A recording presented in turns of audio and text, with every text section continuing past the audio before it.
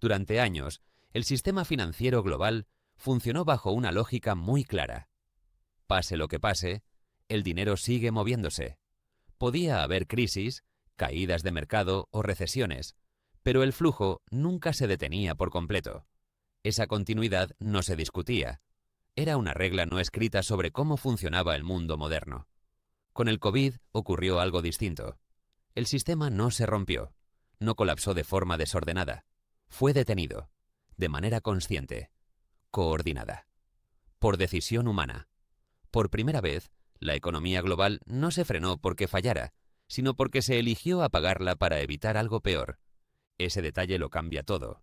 No fue un accidente financiero ni un shock externo inesperado. Fue una pausa deliberada. Gobiernos, bancos centrales y autoridades decidieron que el riesgo no estaba en seguir funcionando mal, sino en seguir funcionando sin control. El dinero no se detuvo porque no pudiera avanzar. Se detuvo porque avanzar tenía un costo demasiado alto. Al inicio, la sensación fue irreal. Mercados cerrados, empresas detenidas, fronteras bloqueadas, personas en casa. No había un colapso visible del sistema financiero, pero sí una suspensión de su propósito principal: moverse. Y cuando el dinero deja de moverse, incluso por decisión propia, se revela algo incómodo sobre cómo está construido todo. La idea de que la economía es una máquina autónoma se rompió ahí. Quedó claro que depende de personas trabajando, consumiendo, produciendo y confiando. Cuando esas personas se detienen, el sistema no tiene inercia suficiente para seguir solo. Necesita ser sostenido artificialmente. Esa pausa expuso una fragilidad distinta a la de otras crisis. No era una fragilidad por exceso de riesgo financiero, sino por dependencia absoluta de la actividad constante. El sistema no estaba diseñado para detenerse sin sufrir consecuencias inmediatas. Cada día sin movimiento generaba presión en todas las capas. Empresas que parecían sólidas empezaron a mostrar lo poco que podían aguantar sin ingresos. Trabajadores descubrieron que vivían al día. Estados entendieron que no había margen para semanas de inactividad sin intervención masiva. Todo funcionaba, sí, pero solo mientras nada se detuviera. Aquí aparece la primera gran diferencia con otras crisis. En el COVID no se perdió primero la confianza en el sistema. Se perdió el movimiento. Y cuando el movimiento desaparece, la confianza empieza a temblar después, no al revés. Para sostener esa pausa, los bancos centrales hicieron algo sin precedentes. Inyectaron dinero a una escala nunca vista. No para estimular crecimiento, sino para evitar que todo colapsara mientras estaba detenido. El dinero empezó a cumplir otra función: mantener vivo al sistema mientras no podía operar. Esta fue la primera lección silenciosa del COVID. El sistema financiero global no está diseñado para parar. Puede adaptarse, puede caer y levantarse, pero no puede quedarse quieto sin ayuda externa. Y cuando necesita ayuda externa para existir, la idea de estabilidad cambia por completo. A partir de ese momento, el dinero dejó de ser solo un medio de intercambio. Se convirtió en un soporte vital, algo que debía circular aunque la economía real estuviera en pausa. Esa contradicción marcó el inicio de una nueva etapa, una en la que el dinero empezó a separarse aún más de la actividad cotidiana. Aquí todavía no hablamos de inflación, de mercados o de consecuencias a largo plazo, solo de una realidad incómoda que quedó expuesta. El sistema financiero no se detiene porque no deba, se detiene porque no puede hacerlo sin romperse. Y eso es lo que el COVID dejó al descubierto desde el primer momento. Esta es la base de todo lo que vino después.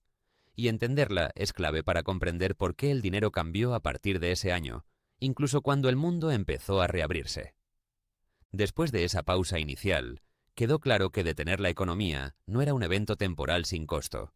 Cada semana sin actividad amplificaba un problema distinto. No solo para los mercados, sino para la estructura completa que sostenía al sistema financiero. El dinero seguía existiendo, pero ya no tenía dónde anclarse. Las empresas no quebraron de inmediato, pero comenzaron a depender de algo nuevo: tiempo comprado artificialmente. Créditos de emergencia, apoyos estatales, estímulos, prórrogas. No eran soluciones, eran puentes. El sistema no se estaba reparando, se estaba manteniendo en suspensión. Y vivir en suspensión genera una presión distinta a la de una crisis tradicional. Aquí ocurrió un cambio profundo. El dinero dejó de reflejar únicamente actividad económica y empezó a reflejar decisiones políticas y de emergencia. Los bancos centrales no actuaron para corregir excesos previos, actuaron para evitar que la pausa destruyera la estructura completa. El objetivo ya no era eficiencia, era supervivencia. Por primera vez a gran escala, el dinero se creó no para impulsar crecimiento, sino para reemplazar movimiento real. La economía estaba detenida, pero el sistema financiero no podía permitirse detenerse también. Esa desconexión marcó una nueva lógica. El dinero podía fluir incluso cuando la realidad no lo hacía. Esto generó una sensación extraña. Mercados recuperándose mientras la actividad seguía limitada. Índices subiendo mientras negocios cerraban. No porque el sistema estuviera sano, sino porque estaba siendo sostenido. La estabilidad dejó de ser orgánica y pasó a ser administrada. Aquí aparece la segunda grieta que dejó el COVID.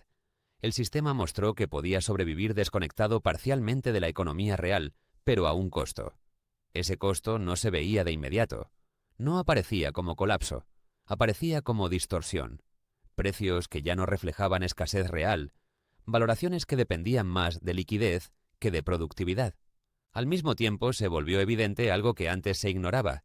La mayoría de las personas y empresas vivían con márgenes mínimos. Semanas sin ingresos eran suficientes para generar tensión extrema. El sistema funcionaba, sí, pero lo hacía al límite. No había amortiguadores suficientes para absorber una pausa prolongada. Los estados entendieron entonces que el dinero no solo sostenía mercados, sostenía estabilidad social, transferencias directas, apoyos masivos, programas de emergencia. El dinero se convirtió en una herramienta para evitar una ruptura más profunda. No se trataba solo de economía, se trataba de mantener cohesión, pero esa intervención también dejó una huella. Cuando el sistema aprende que puede ser sostenido artificialmente, cambia su comportamiento. El riesgo deja de sentirse igual. La pausa dejó claro que, en situaciones extremas, el dinero no responde solo a reglas de mercado, responde a decisiones extraordinarias. Esta es la segunda capa del impacto del COVID. No fue solo que el sistema se detuviera, fue que aprendió a operar en pausa, a sobrevivir sin movimiento real, usando liquidez como sustituto temporal de actividad. Y cuando un sistema aprende eso, su relación con el tiempo, el riesgo y el valor cambia. Aquí todavía no vemos las consecuencias finales, solo el ajuste. El sistema no colapsó, pero tampoco salió intacto. Se reconfiguró alrededor de una idea nueva. No todo crecimiento es necesario, pero toda detención necesita ser sostenida. Esa lógica preparó el terreno para lo que vino después. La pausa terminó, pero el aprendizaje quedó. Y ese aprendizaje sigue influyendo en cómo se mueve el dinero hoy, incluso cuando todo parece haber vuelto a la normalidad. Cuando la actividad empezó a volver, el sistema ya no era el mismo, no regresó al punto anterior, regresó a un punto distinto. La pausa había demostrado que el dinero podía sostenerse sin movimiento real durante un tiempo, pero también dejó claro que ese sostén tenía consecuencias acumulativas. Nada se rompió de inmediato, pero muchas distorsiones quedaron instaladas. La inflación no apareció como un accidente aislado. Fue la manifestación tardía de haber reemplazado actividad real por liquidez durante demasiado tiempo. El dinero que mantuvo vivo al sistema durante la pausa no desapareció cuando la economía volvió a moverse. Se quedó circulando, presionando precios, alterando referencias y reduciendo el margen de error. Aquí se revela la diferencia clave entre detenerse y congelarse. El sistema financiero logró no colapsar, pero al costo de trasladar la tensión al futuro. La pausa evitó una ruptura inmediata, pero concentró presión en el tiempo, y el tiempo, cuando se carga de decisiones pendientes, siempre cobra. El COVID dejó claro que el sistema puede aguantar una detención, pero no sin consecuencias. Mostró que la estabilidad no es solo una cuestión de continuidad, sino de diseño. Un sistema que depende de estímulos constantes para funcionar no es fuerte, es dependiente. Y esa dependencia no se nota cuando todo va bien, se nota después. También cambió la percepción del riesgo. Antes, los eventos extremos se veían como improbables. Después de la pausa global, dejaron de ser impensables. El sistema aprendió que puede detenerse por razones externas y que cuando eso ocurre, necesita ser sostenido desde fuera.